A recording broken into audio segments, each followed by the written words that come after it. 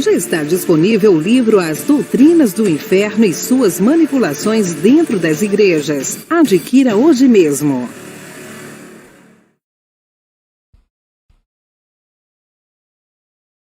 Olá, abençoados! Graça e paz! Bem-vindos ao canal da Graça Pura. Estamos aí às suas ordens e vamos aí a mais uma mensagem maravilhosa. Hoje nós vamos falar sobre um tema bastante polêmico no sistema religioso. Muita gente diz que é isso, outros dizem que é aquilo. Vamos falar dos 144 mil. E afinal, quem são esses 144 mil? Será que eles foram escolhidos ou ainda estão sendo escolhidos? Será que eles passaram? Será que eles ainda vão passar? Ou não vão passar pela grande tribulação? Então é isso, daqui a pouco nós vamos estar com uma grande mensagem. Eu ia pedir vocês para não saírem antes do final.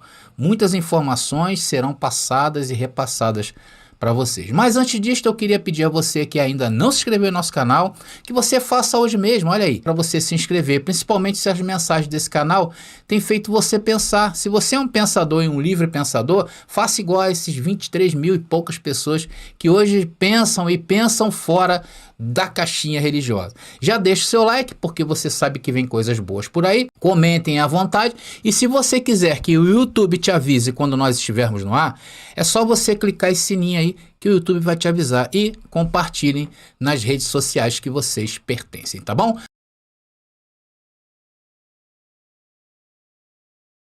Agora sim, nós vamos aí a mais uma mensagem que nós estamos vendo alguns pontos de Apocalipse, né? Estamos estudando.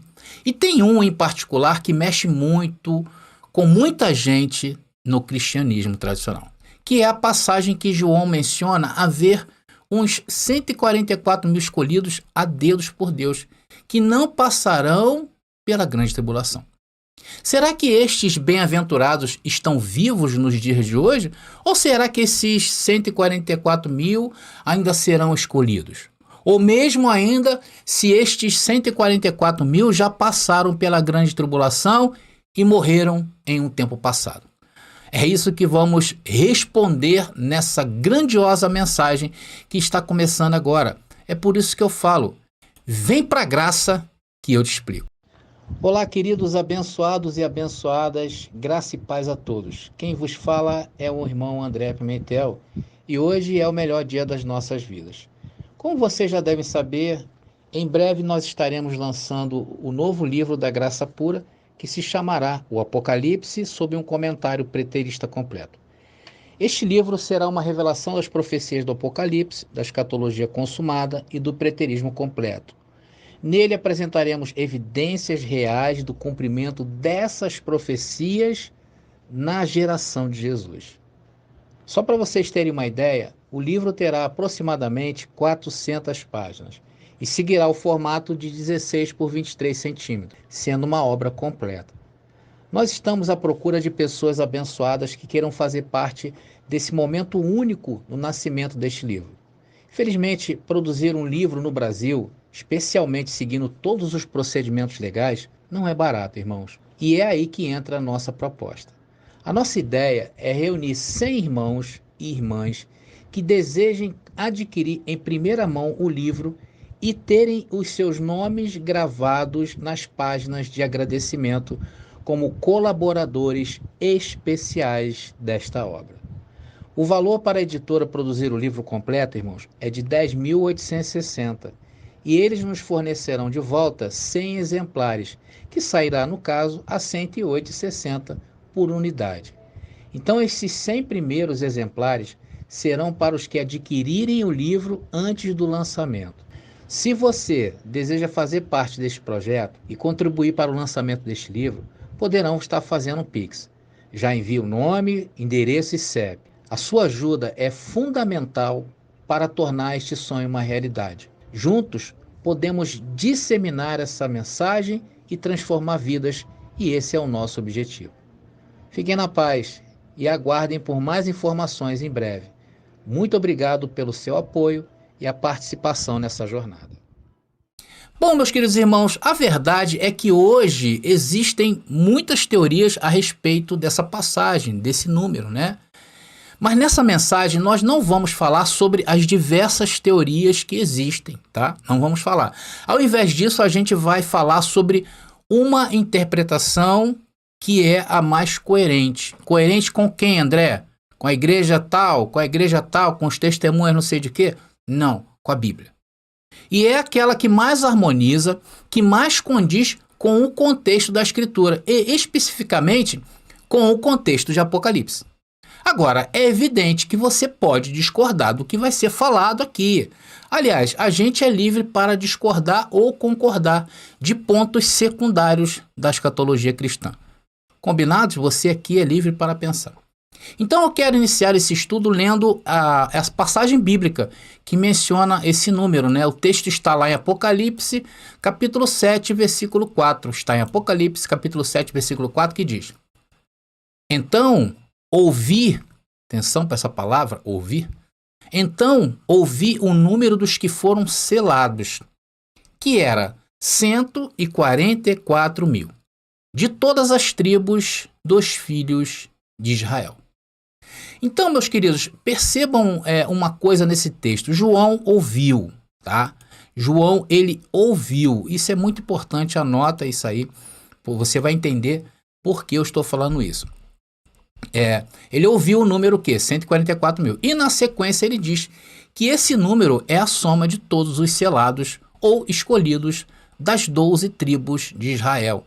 Está lá a partir do versículo 5, né? Onde nós vamos ter acesso aqui, né? De maneira rápida, eu não vou ler do 5 a 8, mas você aí faz a menção possível, tá? Tá ali as 12 tribos, com os 12 mil que seriam escolhidos, né? Ou seja, um total de 144 mil.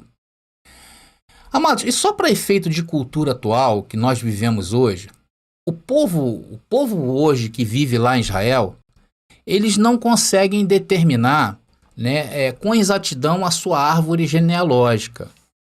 Como foram muitos anos vivendo espalhados pela terra e pouco tempo atrás, em 1947, 1948, é que eles voltaram para ali, para aquele local, então eles não sabem mais a quais as tribos que eles pertencem. Portanto, esse texto que nós lemos aí, ele não pode ser compreendido como se fossem escolhidos das tribos de Israel.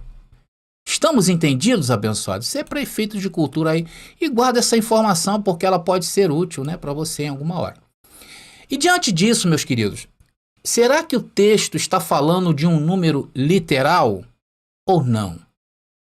Bom, na realidade, esse número 144 mil deve ser interpretado simbolicamente, tá bom, queridos? Se vocês notarem em Apocalipse ou mesmo em outros livros da Bíblia, sempre citam números arredondados, principalmente de milhares, né? É altamente provável que esses números sejam simbólicos. Na verdade, pessoal, os números arredondados expressam sempre um valor simbólico. Vamos ver alguns exemplos que tem aqui na Bíblia? Vamos ver. Eu separei aqui 3. Está aqui o primeiro, né? Está aí para você, que é um texto lá de Êxodo capítulo 20, versículo 6, que diz: faço misericórdia até 1000 gerações daqueles que me amam e guardam os meus mandamentos. Então essa expressão 1000 gerações, ela não é um número fechado e limitado. É um número que expressa uma quantidade como se fosse para sempre, né? Ou até uma determinada quantia, enfim. Ela não dá a exatidão desse número. Não é que sejam 1000, não é literalmente 1000. Ou seja, possui um sentido simbólico. E o texto está dizendo que são para muitas e inúmeras gerações. A misericórdia de Deus, a misericórdia de Deus não é para gerações. A misericórdia de Deus que é sem fim, é eterna, tá bom? Outro exemplo que se encontra em Eclesiastes, capítulo 7, versículo 27 e 28, que eu coloquei aqui no cantinho, tá aí aparecendo para vocês, e diz ali, olha: eis o que achei, diz o pregador, conferindo uma coisa com outra, para a respeito delas formar o meu juízo. Juízo que ainda procura e não o achei. Entre 1000 homens achei um como esperava, mas entre tantas mulheres não achei nem sequer uma. Queridos, observem aí, o texto diz que é 1000 quê? 1000 homens. E isso não significa que esse número é um número como está aí. Seriam 1000 homens, né? Que expressa uma quantidade. Isso aí, a bem da verdade, ela é uma quantidade. Muitos homens e só um foi achado. Qual foi o termo que ele usou aí? a expressão que o pregador usou aí nessa passagem de Eclesiastes? Uma hipérbole, tá? É isso que Salomão quis dizer com essa expressão. Ele exagerou para dar ideia do que ele queria falar. Estão entendendo, abençoados? E o terceiro exemplo vem da segunda carta de Pedro, capítulo 3, versículo 8. E nessa passagem, meus queridos, o sistema religioso faz a festa, tá? Essa é a grande realidade, tá aí. Diz, todavia, uma coisa, amados, que não deveis esquecer, que para o Senhor um dia é como 1000 anos, e 1000 anos como um dia. Mais uma vez, não é um número limitado, ou seja, não quer dizer que sejam 1000 anos. É apenas um número que possui um sentido simbólico, que expressa muitos anos. Um número muito grande e muito vasto. Ok? Portanto, meus irmãos, Apocalipse acontece a mesma coisa. O número 144.000 não é um número literal, é um número simbólico. Vocês estão entendendo? Deixa eu tirar aqui esses textos. Vocês estão entendendo como nós devemos perceber as coisas em Apocalipse?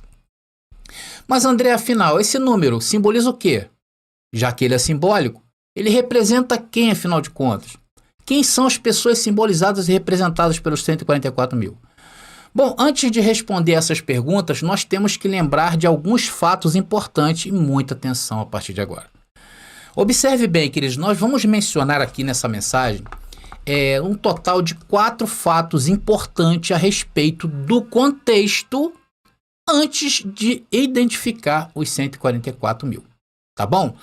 O primeiro fato que eu quero citar com vocês é que todos os eventos de Apocalipse estão acontecendo dentro do contexto do século I, tá bom? Nós precisamos colocar um quintal em Apocalipse.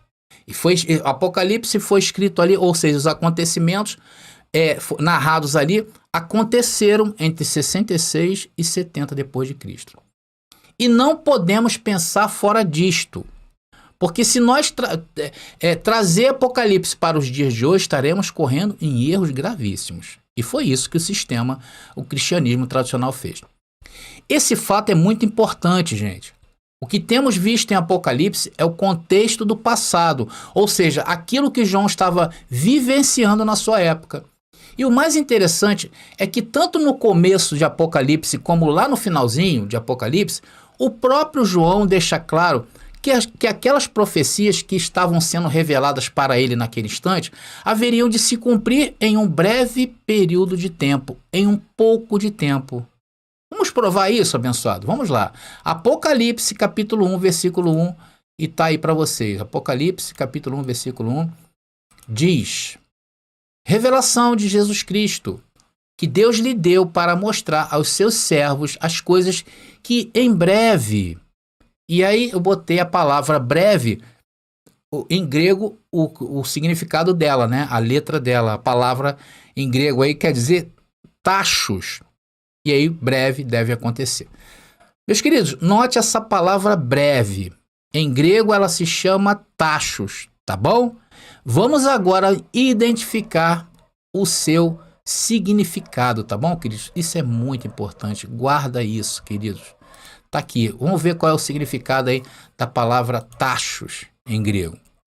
E diz ali, olha, todas as vezes que é empregada essa palavra, dá a ideia de rapidez, velocidade, apressadamente, imediatamente. Vocês estão entendendo, abençoado? Veja que se João quisesse dar o sentido de um período de tempo maior, ele teria usado outra palavra, certo? Então a ideia aí, lá de Apocalipse capítulo 1, versículo 1, aquele breve é algo imediato, tá? Vamos então a outro versículo que expressa também essa mesma quantidade de tempo, tá, queridos? Vamos lá. É Apocalipse agora, capítulo 1, versículo 3, que diz: bem-aventurados aqueles que leem e aqueles que ouvem as palavras da profecia e guardam as coisas nela escritas. Pois o tempo, aí o tempo é kairos, usado aí por ele foi kairos, está próximo. Abençoados, vamos entender o que quer dizer kairos em grego, tá bom, queridos? Tá aí, ó. Kairos o tempo como oportunidade. Kairos quer dizer isso. Ou seja, tempo oportuno, um momento favorável. É o momento adequado, o momento certo. Exemplo, o tempo de uma estação da primavera é um tempo adequado, é um tempo certo e é um tempo oportuno. E o tempo desse texto de Apocalipse, capítulo 1, versículo 3, vem seguido das palavras o quê? Está próximo. O tempo está próximo, dando ideia de algum acontecimento que está próximo de acontecer. Então, meus queridos, nós vimos dois exemplos, uma no começo de Apocalipse e agora vamos ver no final do livro, fechando o livro. E, na verdade, isso foi feito de maneira proposital por João, porque ele queria dar a ideia do tempo que isso aconteceria. Vamos então ao outro exemplo, que é em Apocalipse, capítulo 22, versículo 10. Eu vou colocar para vocês aí. Tá aí. E diz: disse-me ainda, não seles. Atenção nessa palavra seles, vem de selar. Aqui o anjo diz a João assim: olha, João, não é para você selar as profecias. Dando a entender o quê? Que seria em um breve período de tempo. Por exemplo, Daniel usou também essa palavra selar, sendo que o anjo ali em Daniel capítulo 12, versículo 4, mandou selar as profecias que Daniel havia falado ali em seu livro. Por quê? Porque demoraria a acontecer. Algo selado dá a impressão que é um tempo determinado bem maior do que quando você ouve falar não cele. E aí, para não ficar uma coisa solta no ar, olha o que o texto complementa e diz: disse-me ainda, não celes, as palavras da profecia deste livro, porque o tempo está próximo. E mais uma vez o tempo aí é a ideia de Kairos, tá? Um tempo determinado, estava próximo de acontecer, tá? Agora vamos ver lá, só para efeito aí, onde Daniel registrou isso aí. Está lá no livro de Daniel, capítulo 12, versículo 4, que diz: tu, porém, Daniel, encerra as palavras e sela o livro até ao tempo do fim, dando a entender o quê? Que seria mais para frente, e não foi ali nos dias de Daniel que aconteceu. E lá, em Apocalipse, mais uma vez, João usa a palavra Kairos ali no texto que eu acabei de ler para você, para expressar o tempo, e ele reafirma que o Kairos está próximo. Então, observe, queridos, João começa e termina mostrando a brevidade dos eventos de Apocalipse. Ou seja, o cumprimento das profecias, o evento se aproximava. Por essa razão, o livro não deveria ser selado. As profecias de João deveriam ser seladas. Então, queridos, isso é muito importante você saber, que os eventos de Apocalipse estão acontecendo dentro do contexto do século I da era cristã. Tá? Anota isso aí. Nós estamos vendo o contexto dos 144 mil, tá? Para depois cravarmos o que quer dizer estes números e quem são, e estamos usando a Bíblia. Portanto, não resta nenhuma dúvida. O segundo fato que podemos citar aqui, e que não podemos esquecer, é que Apocalipse se trata do julgamento de Deus, que estava caindo sobre Israel, em direção à cidade de Jerusalém. Então, aquelas profecias de destruição têm como alvo Israel, tá? E não o universo todo. Atenção, até mesmo quando João expressa a palavra terra, ele está se referindo a Israel, mostrando que as profecias de Deus contidas em Apocalipse, os juízos profetizados, são prefixados contra a nação que rejeitou Jesus, que rejeitou o Messias enviado por Deus. Israel era o povo da promessa, tá bom? E havia sido escolhido para isso. No entanto, ele rejeitou o Messias prometido. Então, por isto, Deus derramou seu juízo contra Israel. É por isso. Amados, eu estou fazendo referências à Bíblia, e em toda a Bíblia. O que mais vimos dentro da Bíblia foi juízo de Deus contra Israel. Sim ou não? Eu não estou inventando nada da minha cabeça. Que fique bem claro isso, tá bom? O terceiro fato importante, né, que nós devemos citar aqui, era que o foco do cristianismo apostólico do primeiro século era Jerusalém, tá bom? Jerusalém era a maior concentração de cristãos naquela terra, era em Jerusalém. Exemplo, em Atos capítulo 2, não somente em Atos, Atos por inteiro fala da atividade que havia dos cristãos em Jerusalém. Em Atos, relata ali o famoso texto de Pentecostes. Vocês conhecem, claro, né? Foi lá onde? Foi em Jerusalém. Além disso, os cristãos do primeiro século frequentavam as sinagogas também em Jerusalém. Tá bom? Agora eu quero abrir um parêntese nesse ponto, tá? Muito importante isso que eu vou falar. E avisar que eu não estou descontextualizando ou tirando fora o apóstolo Paulo. Por favor.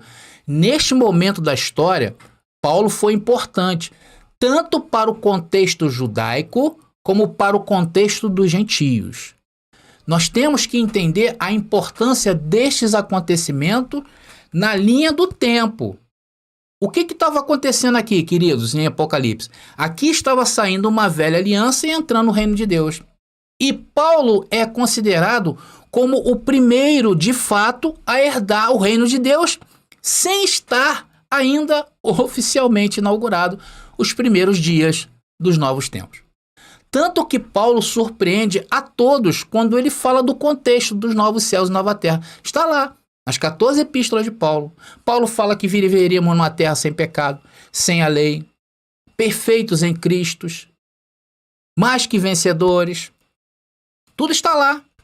Então aqui, meus queridos, ninguém está desprezando o ministério de Paulo. Porém, nós precisamos confrontar essa ideia do cristianismo tradicional em trazer tais acontecimentos apocalípticos para hoje, para o reino de Deus. É isso que nós estamos acentuando. Ou seja, o reino de Deus não passará. O Apocalipse de João passou. Nós podemos passar sim por lutas até que homens compreendam essa nova mensagem que nós estamos trazendo ao mundo. Estamos entendidos, abençoados? Fecha parêntese e vamos voltar para a mensagem. Então, o foco do cristianismo do primeiro século estava voltado para Jerusalém. E as atividades daquele instante da história tinham como foco Jerusalém. Aliás, nesse período, o templo de Herodes ainda estava de pé. O local da adoração, a casa de Deus, era lá. Havia a presença dos judeus tradicionais no templo, porque já estava sendo dividido, e judeus convertidos a Cristo. Eles estavam todos juntos lá no templo de Herodes.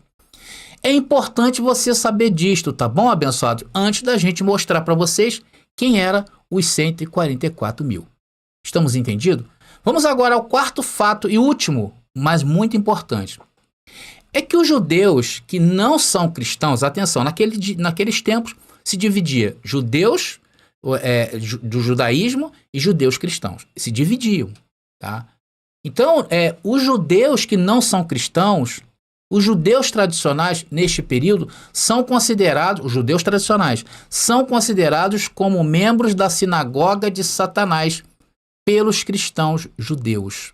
Era assim que os cristãos judeus chamavam os cristãos tradicionais, os judeus tradicionais. Ou seja, o judeu tradicional era totalmente opositor, Satanás, às ideias de Cristo. Esse ponto é fundamental e preste bastante atenção no que eu vou falar. O verdadeiro judeu daqueles dias, ou naqueles dias, eram aqueles que criam nas palavras de Jesus. Eram aqueles que aceitavam o renovo de Deus por Jesus, ou seja, os que tinham a fé em Cristo. Estes eram os verdadeiros judeus.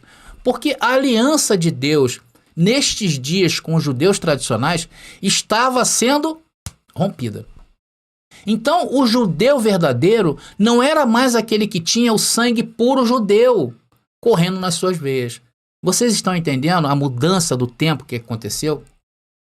Inclusive, abençoados, essa foi uma afirmação que o próprio Jesus fez a respeito dos fariseus. E os fariseus, por sua vez, achavam que eles eram os verdadeiros judeus, só porque eles tinham em sua árvore genealógica bem definida que eles pertenciam a alguma tribo. Mas não é por aí, não é por aí. Jesus mostra que não basta ter sangue judeu correndo na veia para que uma pessoa seja chamada filha de Abraão. Esse é o ponto principal. Vocês estão pegando o corte aí, abençoados? Preste bastante atenção. Queridos, verdadeiramente, para ser judeu verdadeiro, ele precisava ter fé em Jesus Cristo, ele precisava crer em Jesus. Veja bem, eu estou te contextualizando do contexto daqueles dias. Se formos conjecturar isto, que eu estou falando agora para vocês, eu diria, para os dias de hoje, eu diria que o verdadeiro filho de Abraão é o que entende e crê que estamos em novos céus e nova terra. Que fazemos parte do reino de Deus, que estamos em reino inabalável. Sem isso, sem esse conhecimento, é impossível dizer que somos filhos de Abraão.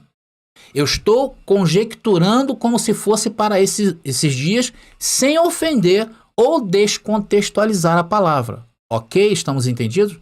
Então, naqueles dias também já era assim. Por que eu falo? Porque hoje nós podemos dizer que aqueles que não entendem a segunda vinda de Cristo não podem ser considerados como filhos de Abraão. É isso que eu quero dizer. Então, naqueles dias também era assim. Os judeus tradicionais de nascença, né, estavam deixando o posto de nação escolhida para se tornarem membros da liberdade gloriosa dos filhos de Deus. E isso somente seria possível em Cristo. Ok? Então, os judeus lá do primeiro século, que não criam em Jesus, que não eram convertidos a Cristo, são chamados de membros da sinagoga de Satanás pelos cristãos judeus.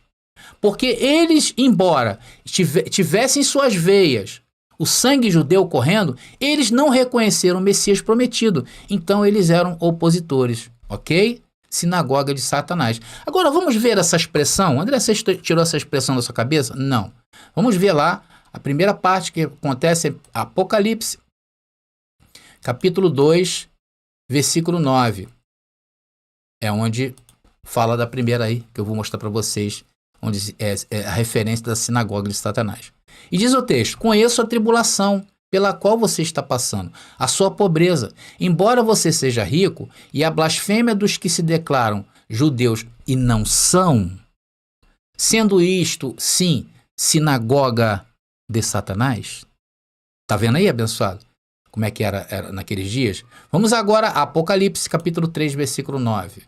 Apocalipse, capítulo 3, versículo 9, que diz: eis o que farei com alguns dos que são da sinagoga de Satanás, desses que se declaram judeus e não são, mas mentem.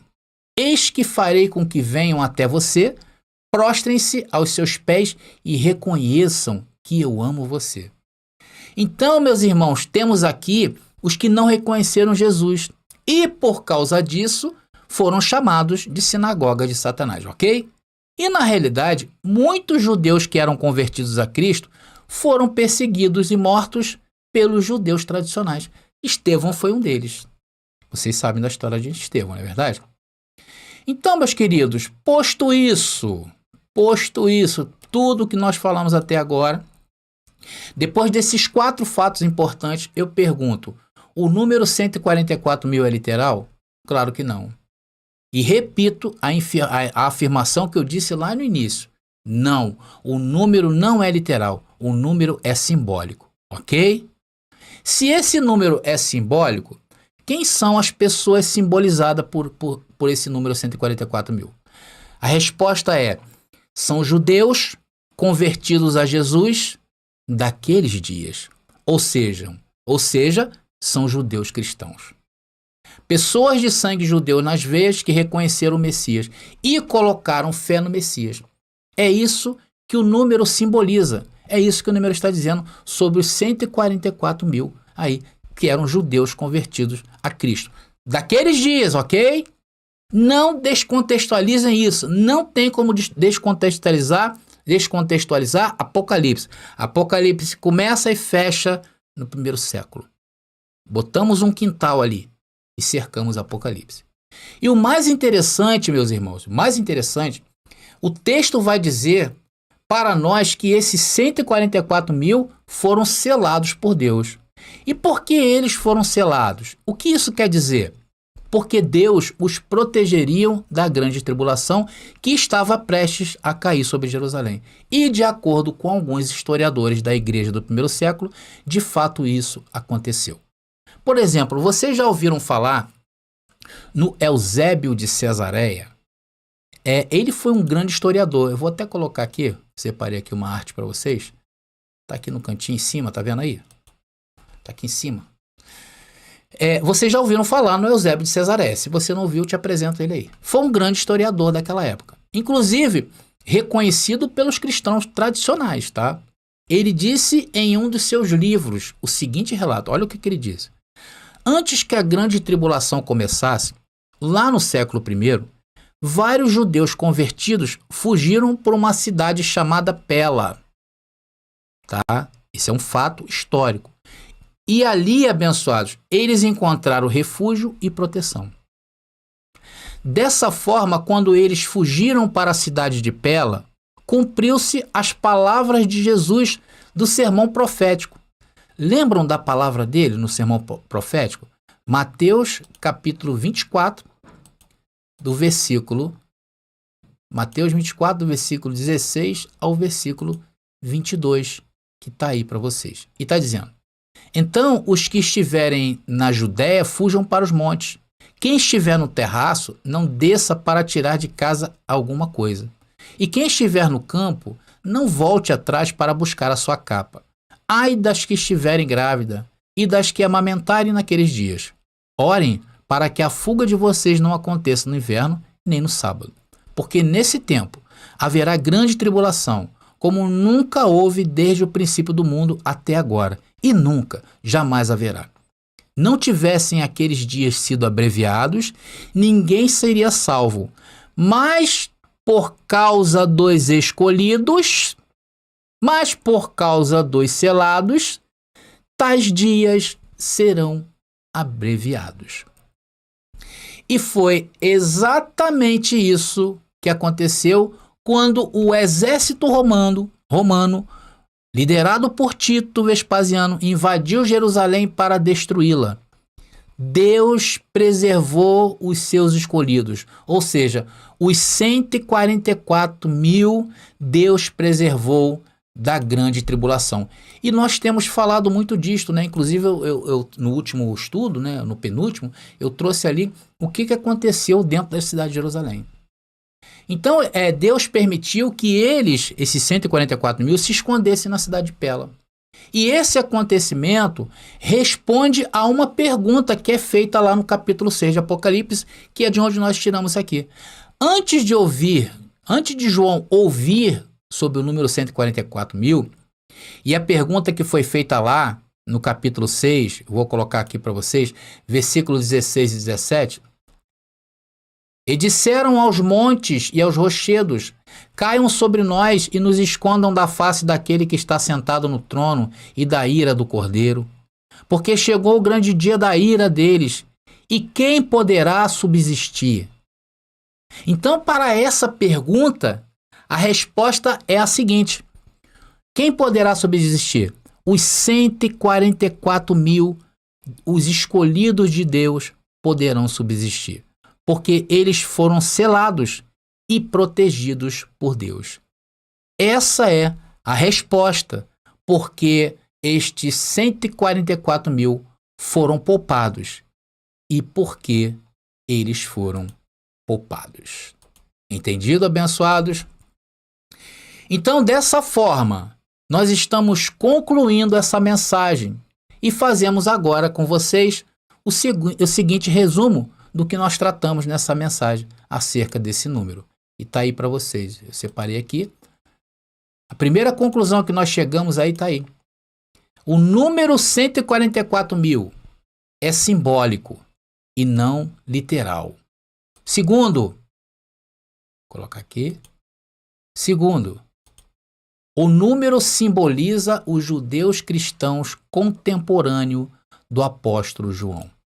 Terceiro, eles foram selados porque Deus os protegeu da grande tribulação, isto é, do juízo divino que caiu sobre Jerusalém no ano 70 depois de Cristo.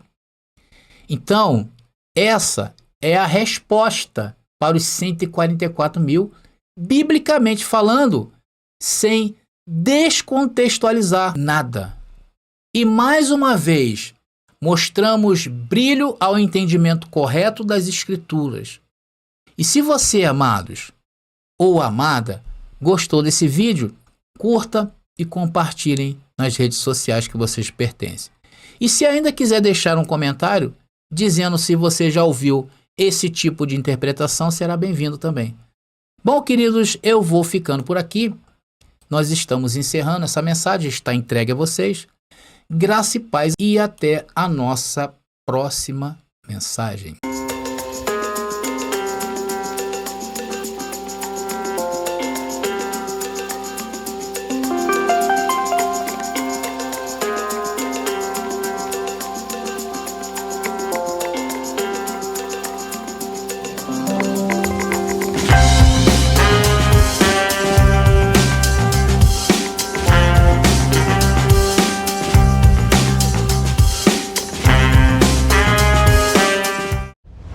Você pediu nossos estudos em apostilas? Já chegaram e estão disponíveis. Elas estão divididas em 10 temas com referências, esboços e comentários. Ideal para quem quer ensinar em família, em reuniões ou mesmo para quem deseja abrir um canal no YouTube. Faça contato agora mesmo pelo nosso WhatsApp 21 979 87 46 68 21 979 87 46 68. Nossas apostilas foram feitas para você ensinar com qualidade e harmonia com a palavra.